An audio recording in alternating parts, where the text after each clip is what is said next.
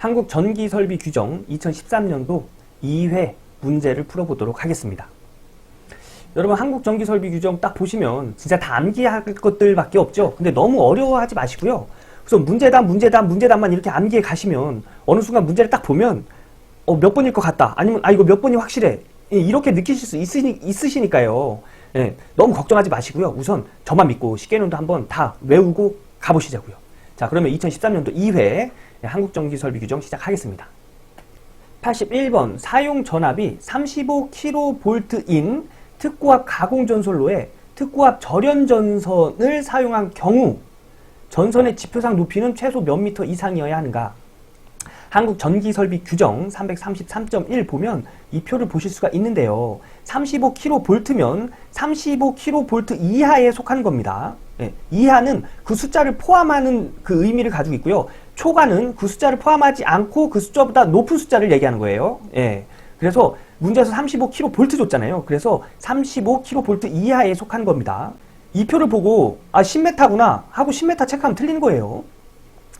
특고압 절연 전선을 사용했답니다. 요 밑에 보면 가로하고 전선이 특고압 절연 전선인 경우에는 8m 이렇게 써져 있지요. 답은 4번입니다. 이런 문제에서 헷갈려서 많이들 틀립니다. 이런 문제, 여기 특고압 절연 전선 여기 별표 한번 하고 할게요. 자, 다음 문제 82번 전압 구분에서 고압에 해당되는 것은 이번 한국전기설비규정에서 저압과 고압의 그 범위가 바뀌었죠. 그래서 이 문제 나올 확률 거의 한 98% 정도 됩니다. 이거 암기하셔야 돼요. 그래서 이거 답은 1번이거든요. 고압일 경우에 직류는 1.5kV, 교류는 1kV를 초과한 겁니다. 7kV 이하인 것. 이게 답입니다. 한국전기설비규정 111.1에 보면 이 내용 나오거든요. 그러니까 한국전기설비규정 111.1을 한번 찾아보세요. 그래서 그 내용 한번 읽어보시고요. 이 내용은 꼭 암기하시길 바라겠습니다. 꼭입니다. 별표 한 200개 정도 할게요. 자, 다음 문제 83번 금속 덕트 공사에 의한 저압 옥내 배선에서 금속 덕트에 넣은 전선의 단면적의 합계는 덕트 내부 단면적의 얼마 이하이어야 하는가? 금속 덕트, 줄 긋겠습니다.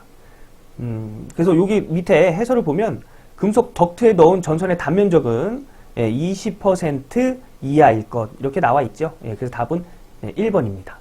이것도 암기하고 가는 문제입니다. 자, 다음 문제 84번 출퇴 표시 등 회로에 전기를 공급하기 위한 절연 변압기를 사용 전압은 1차 측 전로의 대지 전압과 2차 측 전로의 사용 전압은 각각 몇 볼트 이하이어야 하는가? 답은 4번입니다. 출퇴 표시 등의 회로에 전기를 공급하기 위한 절연 변압기의 사용 전압은 1차 측 전로의 대지 전압이 300V, 2차 측 전로의 사용 전압이 60V 이하 이렇게 적혀져 있지요. 그래서 답은 4번입니다. 자, 다음 문제 85번 고압 가공 전선로의 가공 지선으로 나 경동선을 사용하는 경우 지름은 몇 밀리미터 이상이어야 하는가? 자, 한국전기설비규정 332.6 보면은 고압 가공전선로에 사용하는 가공지선은 지름 4mm 이상이 나경동선을 사용하여야 한다. 이렇게 나와 있습니다. 그래서 답은 2번입니다. 자, 다음 문제. 자, 86번 최대 사용전압 154kV 중성점 직접 접지식 전로의 시험전압을 전로와 대지 사이에 몇 kV를 연속으로 10분간 가하여 절연 내력을 시험하였을 때 이에 견디어야 하는가? 이거 2013년 1회 문제에 나왔죠? 1회 문제에 나왔습니다.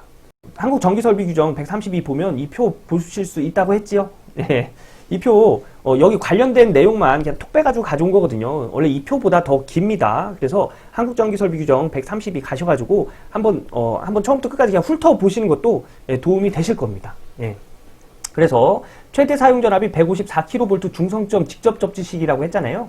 여기 최대 사용전압 60kV 초과 중성점 직접 접지식 전로는 시험전압을 최대 사용전압의 0.72배 전압으로 한다. 그래서 최대 사용전압 154kV에 0.72 곱해서 110.88kV가 됩니다. 그래서 답은 4번이죠.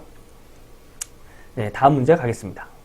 87번 일정 용량 이상의 특고압용 변압기 내부 고장이 생겼을 경우 자동적으로 이를 전로로부터 자동 차단하는 장치 또는 경보 장치를 시설해야 하는 뱅크 용량은 여기 자동 차단하는 또는 경보 장치까지 줄을 긋겠습니다.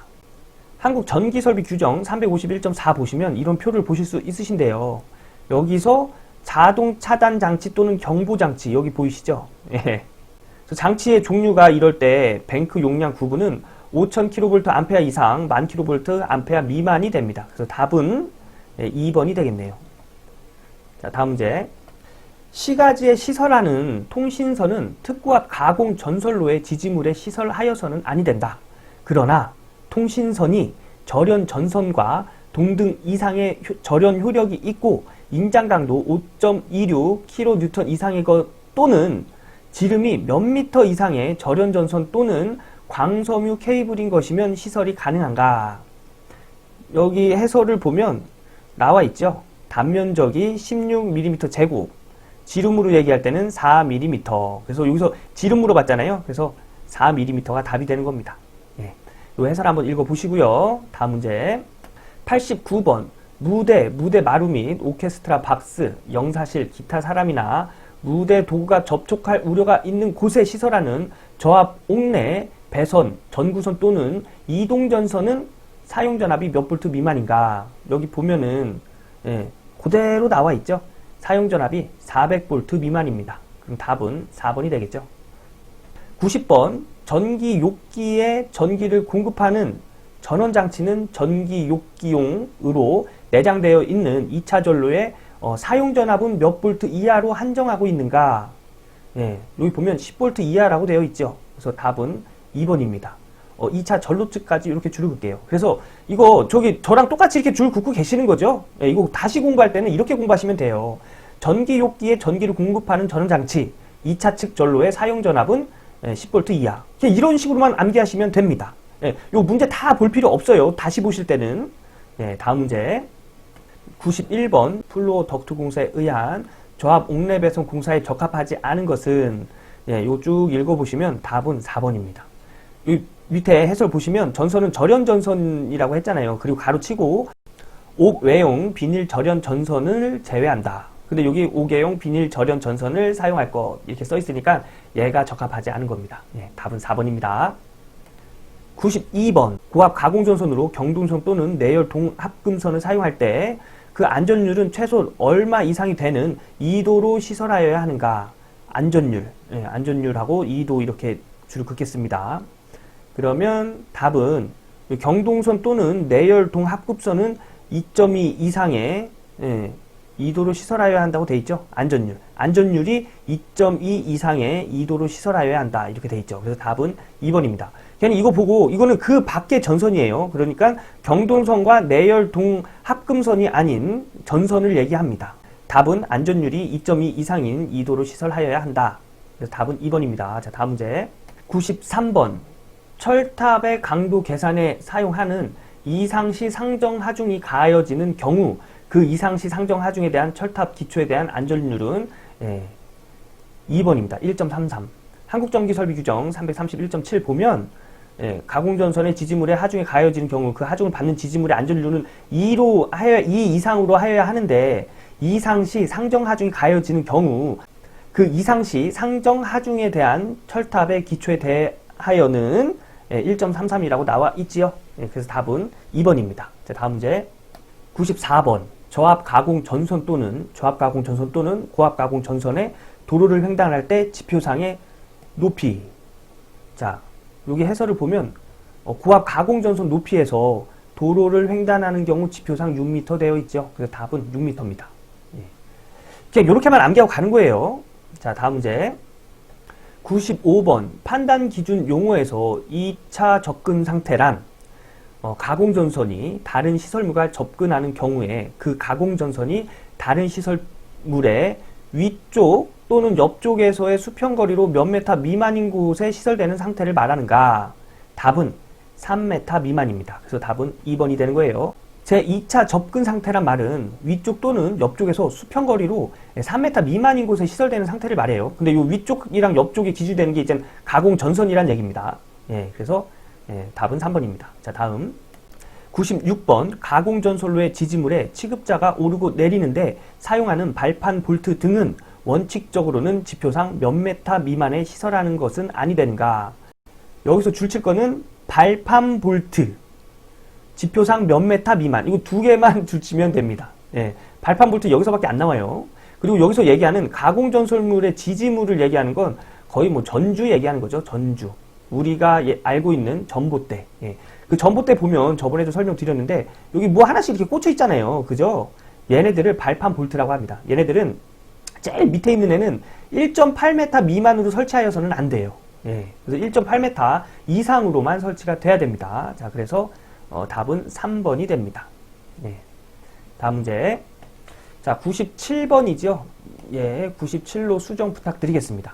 다음 전선로에 대한 설명으로 옳은 것은 예, 1번입니다. 발전소, 변전소, 개폐소, 이에 준하는 곳, 전기 사용 장소, 상호 간의 전선 및 이를 지지하거나 수용하는 시설물을 전선로라고 한다. 이거는 그냥 이론이지요. 예. 전기설비 기술기준 제3조 정의에 보면 예, 이런 내용을 볼 수가 있습니다. 자, 그래서 답은 1번입니다. 2013년도 제2회 한국전기설비 규정 문제 풀어봤는데요. 계속 보면 볼수록 암기해야 되는 과목이라는 거 아시겠죠? 이건 뭐 더 이상 말이 필요가 없습니다. 그런데 여러분 제가 이렇게 줄 치는 거 있잖아요. 똑같이 줄 쳐가면서 같이 공부해 보세요. 나중에 시키면서 다 보시고 복습할 때 그냥 줄 친 부분만 보세요. 예, 문제 다 볼 필요 없다는 얘기입니다. 그리고 또 이렇게 줄 쳐가면서 저랑 같이 공부하다 보면 이제 내가 알아서 내 스스로 줄을 치게 됩니다. 그런데 그게 뭐 중요하거나 중요하지 않거나 이건 중요한 게 아니에요. 내가 이 문제를 암기할 때 좀 더 쉽게 암기할 수 있도록 줄을 치는 거지, 뭐 꼭 중요한 부분에 줄 치고 이런 거 아닙니다. 예. 이런 식으로 계속 공부를 이어 나가도록 하겠습니다. 예. 오늘은 2013년도 제2회 한국전기설비 규정, 예, 여기까지 하겠습니다. 예. 고생 많으셨습니다.